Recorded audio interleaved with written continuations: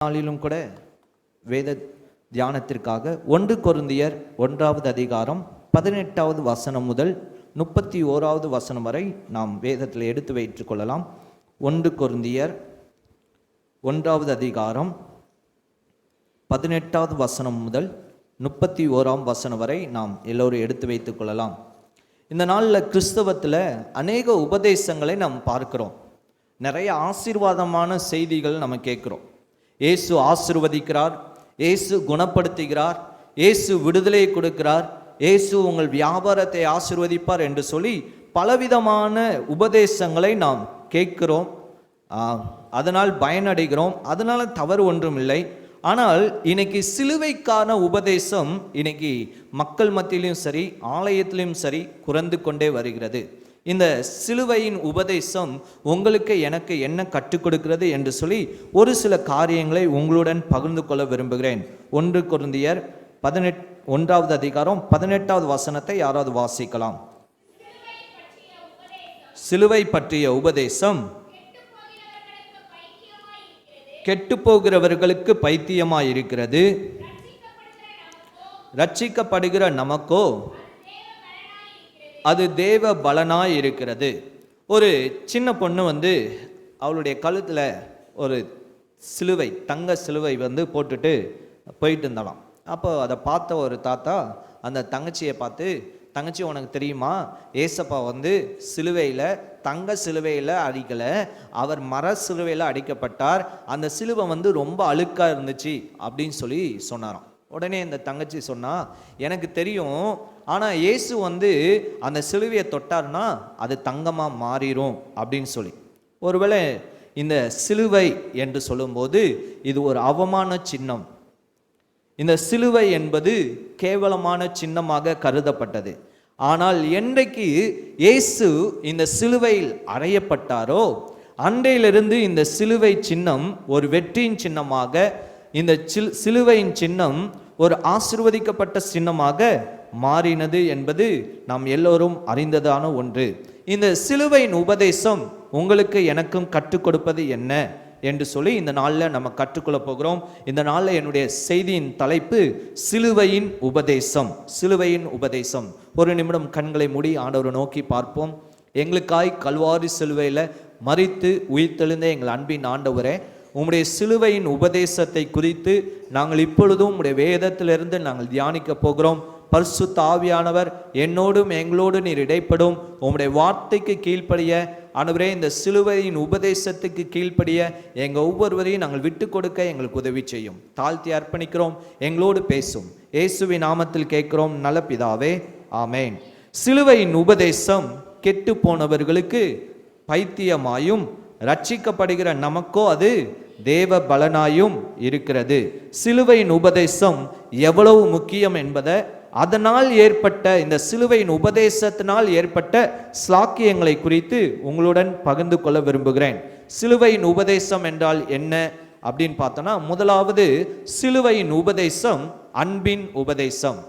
சிலுவையின் உபதேசம் அன்பின் உபதேசம். தேவன் நம்மேல் வைத்த தமது அன்பை சிலுவையில விளங்க பண்ணினார். 1 யோவான் 3வது அதிகாரம் 16வது வசனத்தை யாராவது வாசிக்கலாம். 1 யோவான் 3வது அதிகாரம் 16வது வசனம். நமக்காக கொடுத்ததினாலே அன்பு இன்னதென்று அறிந்திருக்கிறோமே. எப்ப அறிந்தோம்? அவர் நமக்காக தன்னுடைய ஜீவனை கொடுத்ததுனாலே அன்பு இன்னதென்று அறிந்திருந்தோம். ஒருவேளை இங்கே ஒரு சிறு குறு நாடகம் போட்டோம். அந்த மனிதன் என்ன செய்யல, தன்னுடைய நண்பனுக்காக ஜீவனை கொடுக்கவே இல்லை. ஆனால் இங்கே வசனம் என்ன சொல்லுது? ஆண்டவர் உங்களுக்காக எனக்காக அவருடைய ஜீவனை கொடுத்ததுனால ஆண்டவருடைய அன்பு எப்பேற்பட்டது என்பதை நீங்களும் நானும் அறிந்திருக்கிறோம். எப்போ இந்த அன்பு நம்மளை தேடி வந்தது என்று சொல்லி பார்ப்போமானால், ரோமர் 5வது அதிகாரம் 6ஆம் வசனம் முதல் 8ஆம் வசனம் வரை நீங்கள் எடுத்து வைத்துக் கொள்ளலாம். ரோமர் 5வது அதிகாரம் 6ஆம் வசனம் முதல் 8ஆம் வசனம் வரை. 6ஆம் வசனத்தில், அன்றியும் நாம் பலனற்றவர்களாய் இருக்கும்போது இந்த அன்பு உங்களையும் என்னையும் தேடி வந்தது. முதல் காரியம், இந்த அன்பு எப்போ நம்மளை தேடி வந்துச்சுன்னா, நம்ம பலனற்றவர்களாய் இருக்கும்போது. அன்றியும் நாம் பலனற்றவர்களாய் இருக்கும்போதே குறித்த காலத்திலே கிறிஸ்து அக்கிரமக்காரருக்காக மரித்தார்.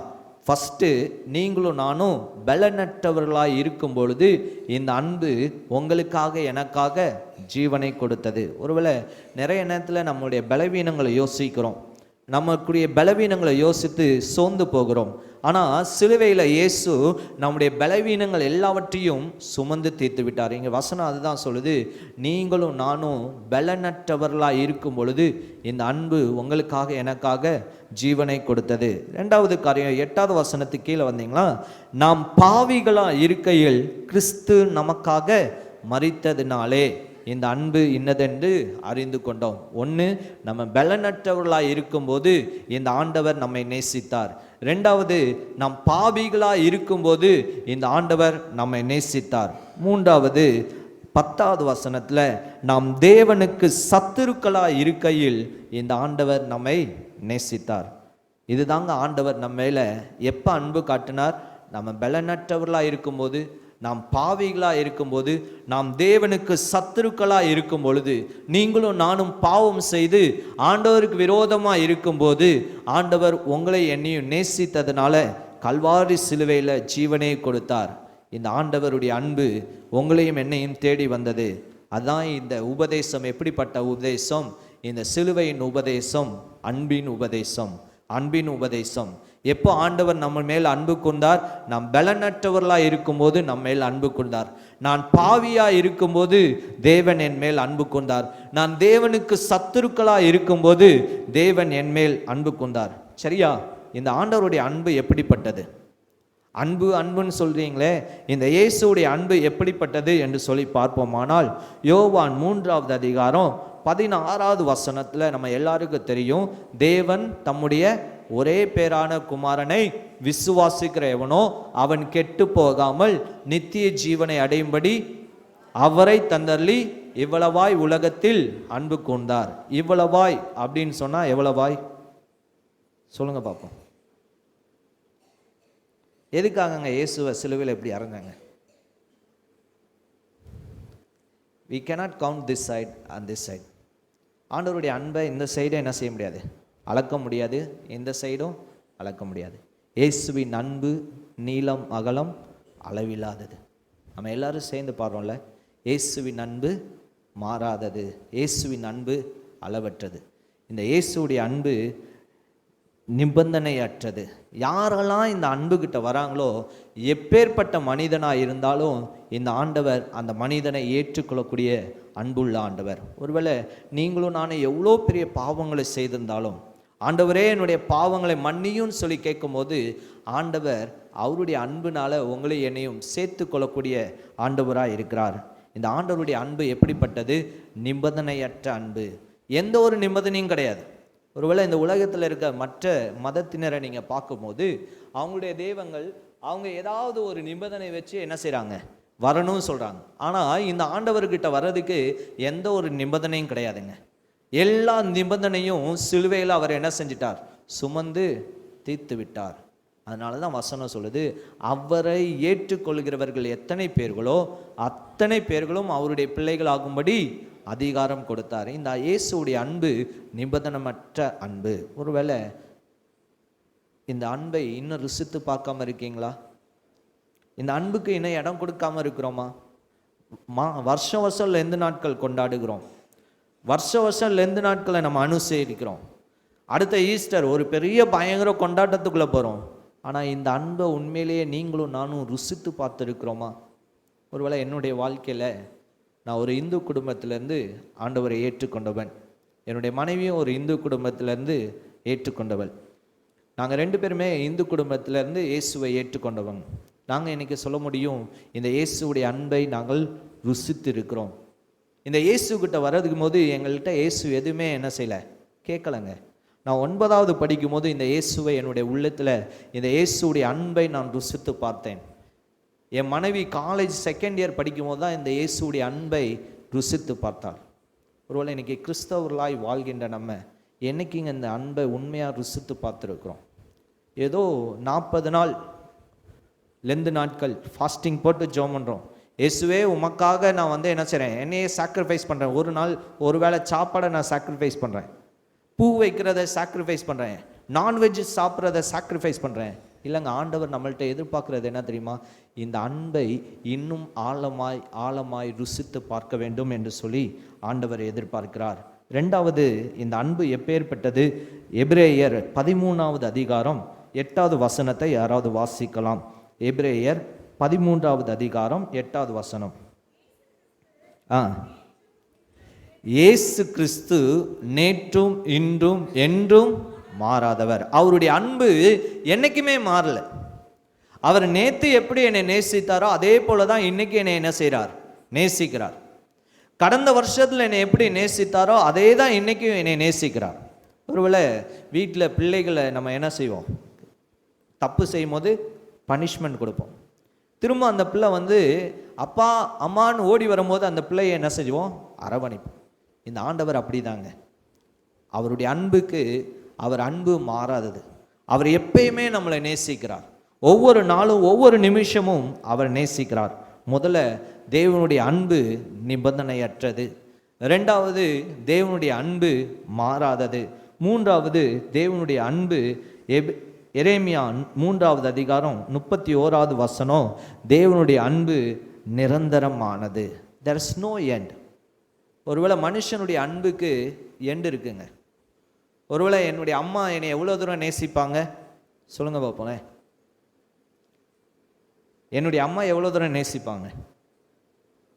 இந்த உலகத்தில் அவங்க உயிரோடு இருக்கிற வரைக்கும் என்ன செய்வாங்க, நேசிப்பாங்க. என்னுடைய பெற்றோர் என்ன இந்த உலகத்தில் உயிரோடு இருக்கிற வரைக்கும் நேசிப்பாங்க.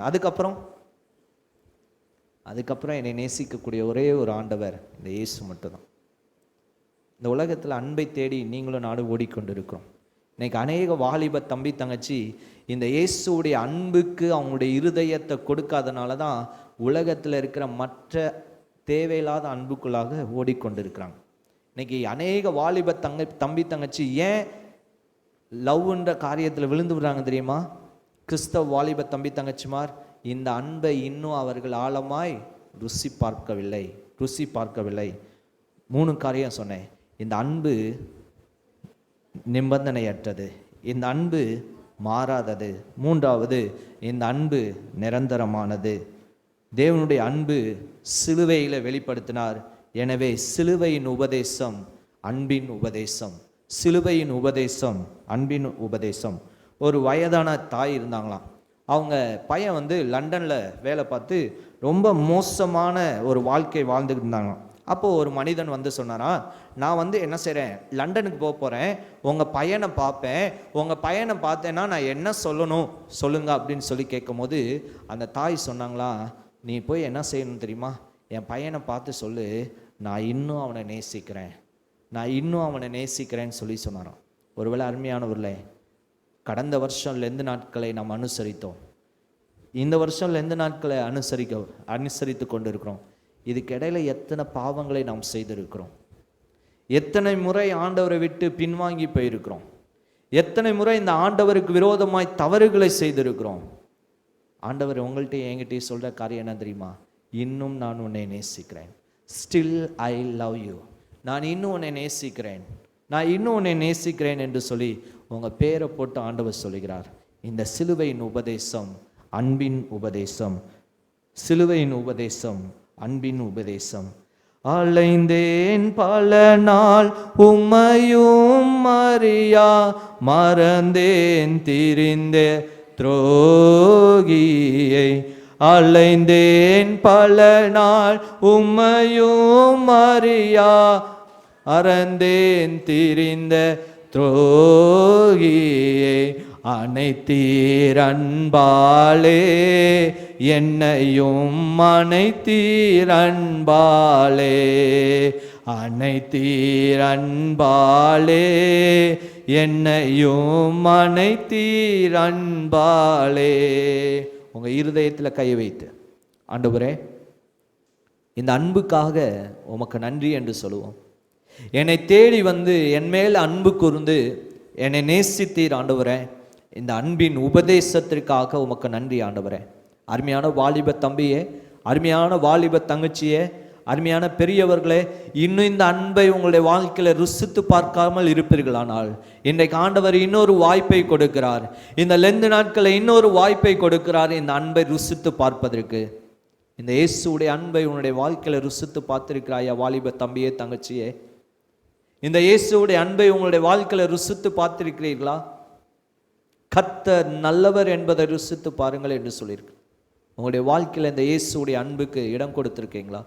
ஆண்டவரே, உம்முடைய அன்புக்காக நாங்கள் நன்றி செலுத்துகிறோம். இன்னும் உம்முடைய அன்பை ஆழமாய் ருசித்து பார்க்க எங்களுக்கு கிருபை பாராட்டும். தொடர்ந்து நம்ம தியானிக்கலாம். முதலாவது காரியம் அன்பின் உபதேசம். இந்த சிலுவையின் உபதேசம் அன்பின் உபதேசம். இரண்டாவது காரியம் இந்த சிலுவையின் உபதேசம் ரட்சிப்பின் உபதேசம். சிலுவையின் உபதேசம் ரட்சிப்பின் உபதேசம். 2 கொரிந்தியர் 1வது அதிகாரம் 18வது வசனம். 1 கொரிந்தியர் 1வது அதிகாரம் 18வது வசனம். சிலுவையின் உபதேசம் கெட்டு போகிறவர்களுக்கு பைத்தியமாம், ரட்சிக்கப்படுகிற நமக்கோ அது தேவ பலனாய் இருக்கிறது. ரட்சிக்கப்படுகிற நமக்கோ அது தேவ பலனாய் இருக்கிறது. என்ன உபதேசம்? இந்த உபதேசம் ரட்சிப்பின் உபதேசம். முதல் காரியம் நீங்க தான் சொல்ல போறீங்க. முதல் இந்த உபதேசம் எப்படிப்பட்டது? அன்பின் உபதேசம். இரண்டாவது இந்த உபதேசம் ரட்சிப்பின் உபதேசம். எங்க ரட்சிப்பு தேவை? மனிதனுடைய நிலைமையை யோசித்து பார்ப்போமானால் ரோமர் 3வது அதிகாரம் 23வது வசனம் சொல்லுது, எல்லோரும் பாவம் செய்து தேவ மகிமை அற்றவர்களானோம், பாவத்தின் சம்பளம் மரணம். நாம் எல்லோரும் பாவம் செய்ததுனால நமக்குரிய தண்டனை என்ன? நரகம். இந்த நரகத்திலிருந்து மீட்டெடுப்பதற்கு இந்த இயேசு தேடி வந்தார். இதுதாங்க இந்த காரியத்தை என்னைக்கு நம்ம உணர்றோமோ, என்னைக்கு அதை வாயினால் அறிக்கை எடுக்கிறோமோ, என்னைக்கு அதை நான் என் இருதயத்தில் விசுவாசிக்கிறோனோ, அன்னைக்கு நான் ரட்சிக்கப்படுகிறேன். ஏசாயா 53:6வது வசனம் சொல்லுது, அவன் தன் வழிகளில் சென்றோம். தேவனை மறந்து போனோம், நம்ம பாவம்லாம் செய்தோம், நமக்கு இஷ்டமான காரியத்தை செய்து மனிதன் போனனால மனிதனுக்கு ரட்சிப்பு தேவை. ஒருவேளை மனிதனை மீட்டெடுப்பதற்காக ஆதி காலத்தில் பழைய ஏற்பாட்டில் பலிகள் செலுத்தப்பட்டது. ஆனால் இன்னைக்கு இயேசுவானவர் உங்களுக்காக எனக்காக கல்வாரி சிலுவையில் இரத்தத்தை சிந்தி ஒரே தரம் தன்னையே பலியாக கொடுத்து ரட்சிப்பை கொடுத்திருக்கிறார். இந்த ரட்சிப்புக்கு ஆதாரம் என்ன? கலாத்தியர் 1வது அதிகாரம் 4வது வசனத்தை யாராவது வாசிக்கலாம். கலாத்தியர் 1வது அதிகாரம் 4வது வசனம். அவர் தம்மை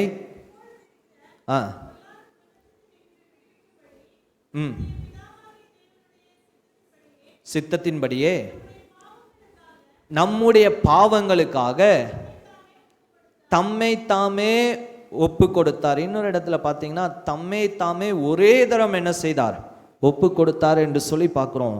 என்னையா இந்த பாவத்துக்குரிய மீட்பு என்ன? சிலுவை.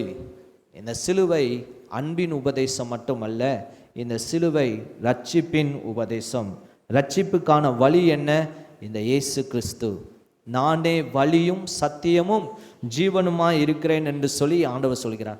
யாரெல்லாம் இந்த ஆண்டவர்கிட்ட வராங்களோ அவங்க எல்லாருக்கும் ரட்சிப்பை கொடுக்கிறார். ஒருவேளை இதெல்லாம் ரொம்ப முக்கியமான செய்திங்க. இன்னைக்கு இப்படிப்பட்ட செய்தியை ஆலயத்தில் போதிக்கிறதுக்கு ஆள் இல்லை. இயேசு உங்களை ஆசீர்வதிப்பார், இயேசு உங்கள் நோய்களை சுகப்படுத்துவார், இப்படி தான் செய்தி இருக்க தவிர இன்னைக்கு ரட்சிப்பை குறித்து தேவனுடைய அன்பை குறித்து சொல்வதற்கு ஆள் இல்லை. நாங்கள் ஆலயங்களுக்கு போகிறோம், இந்த வேதத்துடைய மகத்துவத்தை சொல்வதற்கு ஆள் இல்லை. நீங்களும் நானும் ஸ்லாக்கியம் பட்டவர்கள். இந்த ஆண்டவர் ரட்சிப்பை உங்களுக்கு எனக்கும் ஏற்படுத்தியிருக்கிறார். நான் சொன்னேன் 9 வயசில் ரட்சிக்கப்பட்டேன். உங்கள்கிட்ட ஒரு கேள்வி கேட்க விரும்புகிறேன். ரட்சிப்புனா என்ன? வசனத்தை அடிச்சிட்டாங்க. இருதயத்தில் விசுவாசித்து வாயினால் அறிக்கை செய்யணும். வேற நீங்கள் யூத் யாராவது சொல்லாமே. ரட்சிப்புன்னு என்னண்ணே? வாழ்க்கையை அவருக்காக ஒப்பு கொடுப்பது. சரி, நான் 9வது படிக்கும் போது இதே கேள்வியை என்கிட்ட கேட்டாங்க. ரட்சிப்புனா என்ன அப்படின்னு சொல்லி. நான் ஏற்கனவே சொன்னேன், நான் ஒரு இந்து குடும்பத்திலேருந்து ஆண்டவரை ஏற்றுக்கொண்டேன். நான் 9வது படிக்கும் போது ஒரு ஆலயத்துக்கு போனேன். அங்கே இருக்க யூத் மீட்டிங்கில் அந்த யூத் மீட்டிங் எடுக்கிற அண்ணன் இந்த கேள்வியை கேட்டாங்க, தம்பி ரட்சிக்கப்பட்டிருக்கியா, ரட்சிப்புனா என்னன்னு தெரியுமா அப்படின்னு சொன்னாங்க. நாங்கள் தான் சின்ன வயசுலேருந்து சண்டே ஸ்கூலுக்கு போயிருக்கோமே, விபிஎஸ் அட்டன் பண்ணியிருக்கிறோமே. கடைசியில் எங்கள் அம்மா போய் உட்கார வச்சுருவாங்க, உட்கார வச்சுட்டு ஹாஸ்பிட்டலுக்கு போயிடுவாங்க வேலைக்கு. அப்போ சொன்னேன், இயேசு எனக்காக மரித்தார், இயேசு எனக்காக ஜீவன் தந்தார், இயேசு எனக்காக சிலுவையில் மரித்தார். அதானே ஒரே ஒரு வார்த்தை சொன்னாங்க, ரட்சிப்பு என்றால் காப்பாற்றப்படுதல். Salvation means just escape. என்ன காப்பாற்றப்படுதல்? ஐயா, பாவத்தோடு வாழ்கின்ற மனிதன் என்னைக்கு இயேசுவை நோக்கி, இயேசுவே நீர் எனக்காக சிலுவையில் மரிக்கப்பட்டீர், எனக்காக உயிர் தெளிந்தீர், நீரே ஒருவரே தேவன் என்பதை வாயினால அறிக்கையிட்டு இருதயத்தில் விசுவாசித்து, என்னைக்கு தனிப்பட்ட முறையில் ஒரு மனிதன் இயேசு கிட்ட தன்னுடைய பாவங்களை அறிக்கை செய்கிறானோ அன்னைக்கு அந்த மனிதன் ரட்சிக்கப்பட்டவன். அந்த அண்ணன் முடிச்சுட்டு ஒரு கேள்வி கேட்டாங்க, இன்னைக்கு நீ செத்து போனா பரலோகத்துக்கு போவியான்னு. தூக்கி வாரி போட்டுச்சு. உடனே போய் வீட்டில் போய் ஆண்டவர்கிட்ட என்னுடைய பாவங்களை அறிக்கை செய்தேன். ஒருவேளை இன்னைக்கு அதே கேள்வி, ரட்சிக்கப்பட்டிருந்தோமானால் பரலோக நிச்சயம். எப்போ ரட்சிக்கப்படுவோம்? என்னைக்கு நான் தனிப்பட்ட முறையில் என்னுடைய பாவங்களை அறிக்கையிட்டு மன்னிப்பு பெற்றுக்கொள்கிறேனோ அன்னைக்கு தான் ரட்சிக்கப்பட்டுவேன். என் திருச்சபை எனக்காக ஜெபிக்குது ஐயா. ஐயா, இங்கே இருக்கிற வாலிப பிள்ளைகளுக்காக திருச்சபை ஜெபிக்குது. ஜெபிக்கிறதுனால அந்த வாலிப பிள்ளைகள் ரட்சிக்கப்பட முடியாது. உங்கள் அம்மா அப்பா உனக்காக ஜெபிக்கலாம், வாலிப தம்பியே தங்கச்சியே என் பிள்ளை ரட்சியும் சொல்லலாம். ஆனால் அதனால நீ ரட்சிக்கப்பட்டவன் இல்லை, ரட்சிக்கப்பட்டவள் அல்ல. என்னைக்கு தனிப்பட்ட முறையில் இயேசுகிட்ட என்னுடைய பாவங்களை அறிக்கை செய்து மன்னிப்பு கேட்கிறனோ அன்னைக்கு தான் நான் ரட்சிக்கப்பட்ட அனுபவத்தை பெற்றவன், ரட்சிக்கப்பட்ட அனுபவத்தை பெற்றவன். The same question comes to you. If you die today, will you go to heaven? இன்னைக்கு மரித்தால் பரலோகம் செல்வாயா? What's your answer? உங்களுடைய பதில் என்ன? Whether it's yes or no. ஆமாவா இல்லையா? The question belongs to you. அந்த கேள்வி நீங்கள் தான், அந்த கேள்விக்குரிய பதிலை நீங்கள் தான் சொல்லணும். ரெண்டாவது, இந்த சிலுவையின் உபதேசம் ரட்சிப்பின் உபதேசம். ரட்சிப்பின் உபதேசம். முதலாவது இந்த சிலுவையின் உபதேசம் அன்பின் உபதேசம். ரெண்டாவது இந்த சிலுவையின் உபதேசம் ரட்சிப்பின் உபதேசம். நான் இந்த ஊழியத்தில் இணைந்ததுக்கப்புறம் ஒரு ஆலயத்துக்காக விபிஎஸ்க்கு போயிருந்தேன். இந்த ஊழியத்தில் நாங்கள் செய்கிற ஊழியத்தின் பேர் ஸ்கிரிப்சர் யூனியன், வேதாகம ஐக்கிய சங்கம். நாங்கள் ஒவ்வொரு வாரமும் ஒரு பள்ளிக்கூடத்தில் தங்கி அந்த பிள்ளைகளுக்கு பாடல் மூலியமாக, வேத வசனத்தின் மூலியமாக, வேத சம்பவத்தின் மூலியமாக பிள்ளைகளுக்கு நற்செய்தியை அறிவித்து கொண்டிருக்கிறோம். ஒன்று, எங்களுடைய ஊழியத்தின் நோக்கம் நற்செய்தி அறிவிப்பது. ரெண்டாவது, அப்படி இயேசுவை ஏற்றுக்கொண்டவங்க தொடர்ந்து வேத வசனத்தை தியானித்து ஜெபத்தில் வளரணும்னு சொல்லி 2 பிரதான நோக்கத்தோடு செயல்பட்டு வருகிறோம். இப்படிப்பட்ட ஊழியத்தில் மே மாதத்தில் விபிஎஸ் நடக்கும். இந்த விபிஎஸ்க்கு ஒரு சர்ச்சுக்கு போயிருந்தேன். எங்களை கூப்பிடுவாங்க விபிஎஸ் நடத்த. அப்போது பெரிய பிள்ளைங்கள்ட்ட போய் என்கிட்ட கேட்ட கேள்வியை நானும் கேட்கணும்ல. அப்போ ஆண்டவர்கிட்ட என்கிட்ட கேள்வி கேட்க மாட்டார்ல, இப்போ நீ விபிஎஸ்க்கு போன ரட்சிக்கப்பட்டியான்னு கேள்வி கேட்டியான்னு சொல்லி கேட்பார்ல. அப்போ நான் அந்த பிள்ளைங்கள்ட்ட கேட்டேன், தம்பி ரட்சிக்கப்பட்டியா அப்படின்னு சொல்லி அந்த பிள்ளைங்கள்ட்ட கேட்கும் போது அந்த பிள்ளைங்க சொன்னாங்க, அண்ணே 3வது படிக்கிறதுலேருந்து நாங்கள் இந்த கொயர் பெஞ்சில் உட்காந்துருக்குறோம், எங்கள்கிட்ட யாருமே இந்த கேள்வி கேட்டதே இல்லை. அருமையான பெற்றோரே, உங்கள் பிள்ளைங்களுக்கு மேக்ஸ் சொல்லிக் கொடுக்குறீங்க, சயின்ஸு சொல்லிக் கொடுக்குறீங்க, என்னென்னமோ சொல்லிக் கொடுக்குறீங்க, ரட்சிக்கப்பட்டிருக்கியான்னு சொல்லி கேள்வி கேட்டிருக்கோமா நம்மளுடைய பிள்ளைகள்கிட்ட? நம்முடைய பிள்ளைகள் ரட்சிக்கப்பட்டிருக்காங்கன்னு நிச்சயம் நமக்குள்ளே இருக்குதா? யோசித்து பார்ப்போம், யோசித்து பார்ப்போம். ஐயா, இதெல்லாம் ஊழியக்காரங்களுடைய வேலை, இதெல்லாம் திருச்சபையில் போதகருடைய வேலை இல்லைங்க. உங்கள் பிள்ளைகளை குறித்த கேள்வி ஆண்டவர் உங்கள்கிட்ட தான் கேட்பார், உங்கள்கிட்ட தான் கேட்பார். எத்தனை பிள்ளைகளுடைய பெற்றோர் தைரியமாக சொல்ல முடியும் என் பிள்ளைகள் ரட்சிக்கப்பட்டிருக்குன்னு சொல்லி? இல்லைன்னா தயவு செய்து உங்கள் பிள்ளைகளுக்கு ரட்சிப்புனா என்னன்னு சொல்லி கொடுங்க. பிள்ளைகளை ரட்சிப்புக்கு நேராக வழி நடத்துங்க. முதல் காரியம் அன்பின் உபதேசம். ரெண்டாவது காரியம் ரட்சிப்பின் உபதேசம். மூன்றாவது காரியம் இந்த சிலுவையின் உபதேசம் எப்படிப்பட்டது? 1 கொரிந்தியர் 1வது அதிகாரம் 18வது வசனம்.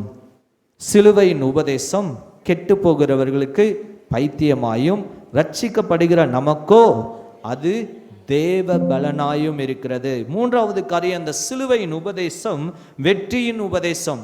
இந்த ஆண்டவர் நம்மை நேசித்தவர் மட்டுமல்ல, நமக்கு ரட்சிப்பை கொடுத்தவர் மட்டுமல்ல, இந்த ஆண்டவர் உங்களுடைய வாழ்க்கையிலையும் என்னுடைய வாழ்க்கையிலையும் வெற்றியை கொடுத்த ஆண்டவராய் இருக்கிறார். இந்த சிலுவையில் உங்களுக்கும் எனக்கும் பாவத்திலிருந்து விடுதலை கொடுத்து வெற்றியை கொடுத்த ஆண்டவராய் இருக்கிறார். என்ன வெற்றி? என்ன வெற்றி? எதில் வெற்றி கொடுத்தார்? எபேசியர் 3வது அதிகாரம் 13வது வசனத்திலேருந்து 16வது வசனம் வரைக்கும் நீங்கள் நோட் பண்ணிக்கோங்க, வீட்டில் போய் வாசித்து பாருங்க. ஒப்புர வாக்குதலில் வெற்றி. ஐயா, பாவம் செய்ததுனால மனிதனும் தெய்வமும் பிரிந்து போனோம். இந்த பாவத்தினால மனிதனுக்கும் தேவனுக்கும் எந்த ஒரு உறவும் கிடையாது. பாவம் மனிதனையும் தேவனையும் பிரித்தது. ஆனால் என்னைக்கு இயேசுவே என்னுடைய பாவத்தை மன்னியும் என்று சொல்லி கேட்கும்போது, இந்த ஆண்டவரோடு நீங்களும் நானும் என்ன செய்கிறோம்? ஒப்புரவாக்கப்படுகிறோம். பிதாவுக்கும் நமக்கும் இருந்த பிரிவினை நீங்கி ஆண்டவர் ஒப்புரவாக்குதலை கொடுத்திருக்கிறார். ஒருவேளை நம்ம ரட்சிக்கப்பட்டிருக்கிறது உண்மைதான், பிதாவோடு நம்ம ஒப்புரவாக்கப்பட்டது உண்மைதான். ஆனால் இன்னைக்கு பிறரோடு நம்ம ஒப்புரவாக்கப்பட்டிருக்கோமா?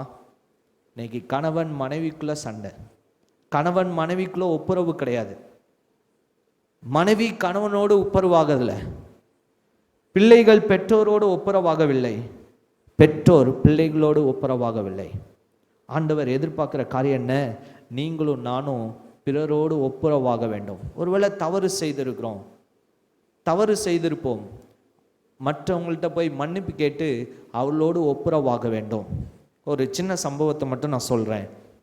ஒரு ஐயா 8:30 மணிக்கு ஆராதனா, 8 மணிக்கெலாம் முன்னாடி உட்காந்துருவாராம். இந்த போதகர் இவரை பார்த்தோன்னே பயங்கர சந்தோஷம். என் செய்தியை கேட்குறதுக்கு இவ்வளோ உற்சாகமாக ஒரு வயதானவர் இவ்வளோ சீக்கிரமாக ஆலயத்துக்கு முன்னாடி உட்காந்துருக்கிறாரே, எவ்வளோ பெரிய சந்தோஷம் அப்படின்னு சொல்லி ரொம்ப சந்தோஷத்தில் இருந்தாராம். கொஞ்சம் நாட்கள் போச்சு. அப்படியே ஒவ்வொரு வாரம் பார்க்கும்போது இந்த வயதானவர் முன்னாடி உட்காந்துருவாராம். இந்த போதகர் சும்மா இருக்க வேண்டியதுன்னா நேராக போய் அந்த பெரியவர்கிட்ட கேட்டானா, ஐயா, என்னுடைய செய்தியை கேட்குறதுக்கு இவ்வளோ உற்சாகமாக முன்னாடி உட்காந்துருக்கீங்களே, என்னையா காரணம் அப்படின்னு சொல்லி கேட்கும்போது அந்த ஐயா சொன்னாராம், உங்கள் செய்தியெலாம் கேட்குறதுக்கு நான் முன்னாடி வரல, லேட்டாக வந்தால் சண்டை போடுறேன், பக்கத்தில் உட்காரணும், அதனால தான் நான் என்ன செஞ்சேன், சீக்கிரமாக உட்காந்தேன். இன்னைக்கு விசுவாசிகளுக்குள்ள ஒப்புரவாகுதல் இல்லை, இன்னைக்கு குடும்பங்களுக்குள்ள ஒப்புரவாகுதல் இல்லை, இன்னைக்கு நண்பர்கள் மத்தியில் ஒப்புரவாகுதல் இல்லை. ஆண்டவர் ஒப்புரவாக்குதலின் ஊழியத்தை உங்களுடைய கரத்திலையும் என்னுடைய கரத்திலையும் கொடுத்திருக்கிறார். ஒருவேளை குடும்பங்கள் இன்னைக்கு பிரிவதற்கு காரணம் என்ன? குடும்பத்தில் மன்னிப்பு இல்லை. ஆண்டவர் சிலுவையில் பிதாவோடு நம்மை ஒப்புரவாக்குவதற்கு தன்னையே கொடுத்தார். நீங்கள் அந்த வசனங்களை வீட்டில் போய் வாசித்து பாருங்க. என்ன வெற்றி? ஒப்புரவாக்குதலின் வெற்றி. 2வது காரியம், எதில் வெற்றி தந்தார்? பிரித்தெடுக்கும் வெற்றி. பிரித்தெடுத்ததில் ஆண்டவர் வெற்றியை கொடுத்தார்.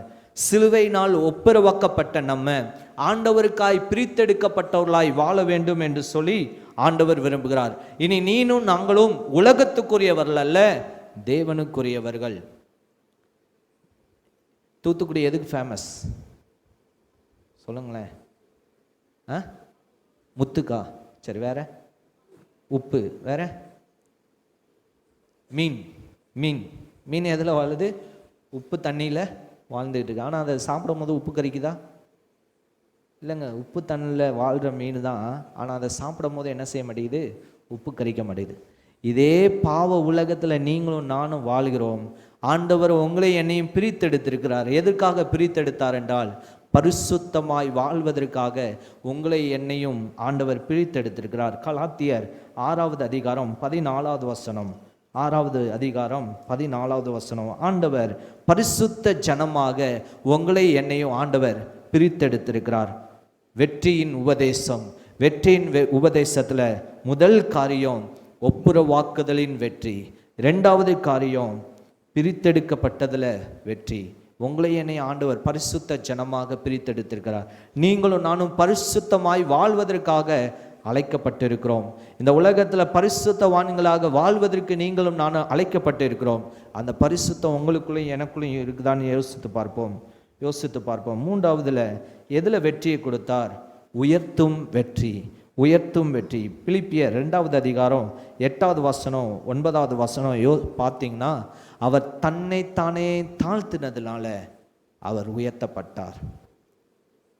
அவர் தன்னைத்தானே அடிமையின் ரூபமாக எடுத்து இந்த உலகத்தில் வந்ததுனால அவர் எல்லா நாமத்துக்கு மேலாக பிதாவானவர் என்ன செஞ்சார்? உயர்த்தினார். எப்பங்க இந்த வெற்றி, உயர்த்தும் வெற்றி கிடைக்கும்? உங்களையும் என்னையும் ஆண்டவருக்கு முன்பதாக நீங்களும் நானும் தாழ்த்தும் போது இந்த வெற்றி உங்களுடைய வாழ்க்கையிலும் என்னுடைய வாழ்க்கையிலும் வெற்றி கிடைக்கும். 3 காரியங்கள் சொன்ன வெற்றியில். 1, சொல்லுங்க பார்ப்போம். ஒப்புரவாக்குதலில் வெற்றி. 2வது பிரித்தெடுக்கப்பட்டதில் வெற்றி. 3வது உயர்த்தும் வெற்றி. உபதேசங்கள் சொல்லுங்க பார்ப்போம். அன்பின் உபதேசம், ரட்சிப்பின் உபதேசம், வெற்றியின் உபதேசம்.